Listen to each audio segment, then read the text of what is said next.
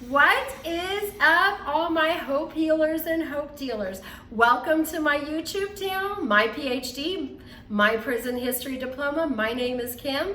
I did 10 years and 8 months in Florida Department of Corrections, and I've been out for over 15 years now. Yes. Before I start this video, I want to say this to y'all. Freedom is our birthright.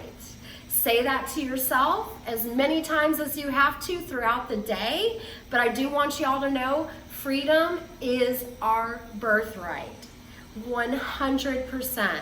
So I want to do a video today about what it looked like for me during my incarceration, what my experience was with medical. I think this is important to put this video out there because I've read some things online where California is looking to pass a law where doctors can actually be punished for giving medical misinformation. So the way that I'm perceiving this to be, and oh, by the way, they're saying this due to COVID-19 and the COVID-19 vaccination. And as y'all know, more and more is coming out in regards to the vaccination. But this medical law, or this California law, pardon me, is saying that doctors will get in trouble and punished for giving misinformation.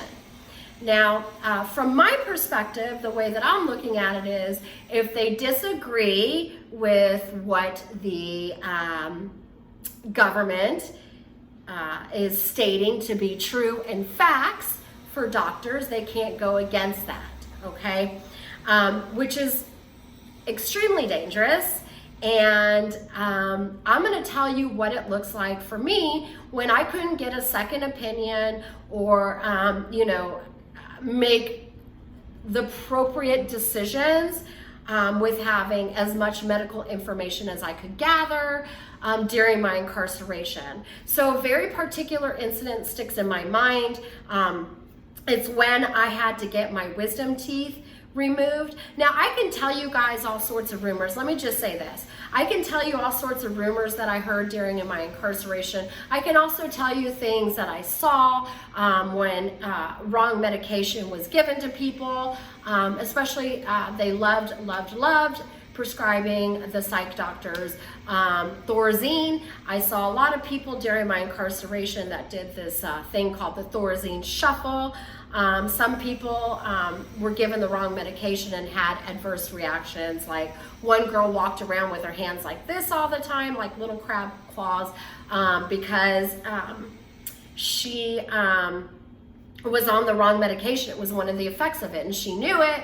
But she really didn't care. It was medication for her. But for somebody like me, I care. And, you don't get a choice during incarceration if you get to see a different doctor, or if you disagree with their diagnosis. Because I will tell you, you get one doctor, and that is your primary care physician doctor. You get one dentist. If you're in a bigger prison, it can go up to 2 or 3. However, they're all in cahoots with each other, and it's just a numbers game, y'all. It's just a numbers game. It's very obvious and apparent that they could really give 2 shits less if they cure a person. So again, this is with my wisdom teeth, with the time that I got my wisdom teeth taken out. I really wasn't having any problems with them or anything. And, we were able to get our teeth cleaned in incarceration. I think it was every 2 years, though. I can't really remember. But I remember the dentist was cleaning my teeth, and he's like, oh my goodness, you need to get your wisdom teeth taken out. And of course, I trusted him. And I went along with, hey, let me go get my wisdom teeth taken out. And that's exactly what they did. They set everything up, and they set up the surgery, and I go to get my wisdom teeth taken out, and they did put me under, and they did numb my mouth, of course. And when it was all said and done, he took all my wisdom teeth out at the same time. After the pain medication wore off and the numbing stuff, my jaws were swollen out to here. As a matter of fact, for about 2 weeks, people thought that I had one of those jawbreakers in my mouth, and they would go to touch my cheek and I would wince. It was so painful. It was so painful. And, I don't even know if the surgery was necessary, but considering the pain that I had to go through, and it wasn't just like 2 weeks of pain, I think it was like a whole month where my body was just trying to repair itself from this surgery. I mean, my jaws were just swollen. And, that was one incident. There was another time where I got really sick at one particular prison, and I worked outside the gate, and I started catching on that medical just wasn't stellar. And like I said, you only get like one doctor. So I was really sick this one time. I mean, I could barely hold my head up. It was like the flu. And I went to the gate because I'm like, I am not going to medical. I went to the gate to go meet my boss, to go outside the gate. And my boss took one look at me and he's like, no, dude, you need to go to bed.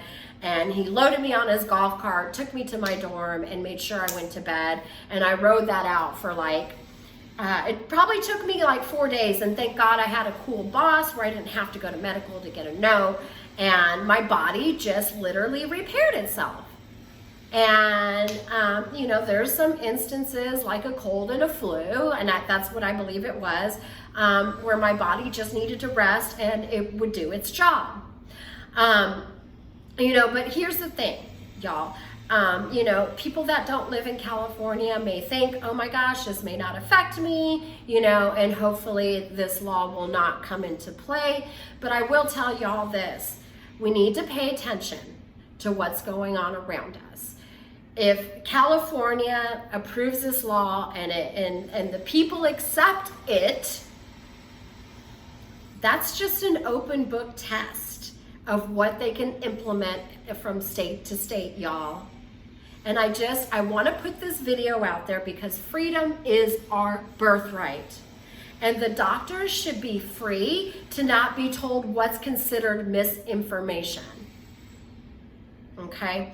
I need y'all to think about this long and hard. Can you imagine your doctor being controlled on what he can say is the best outcome for you physically? Now, if the government really cares about our health, hope healers and hope dealers, don't you think something like insulin would be given for free by our government or the United States of America government? I mean, aren't there a ton of people running around in the world that have diabetes and they're struggling to pay for their insulin?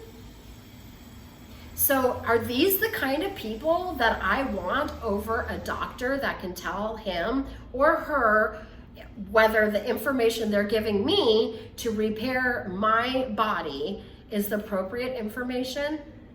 I don't think so. Now, I want y'all to keep in mind that freedom is our birthright.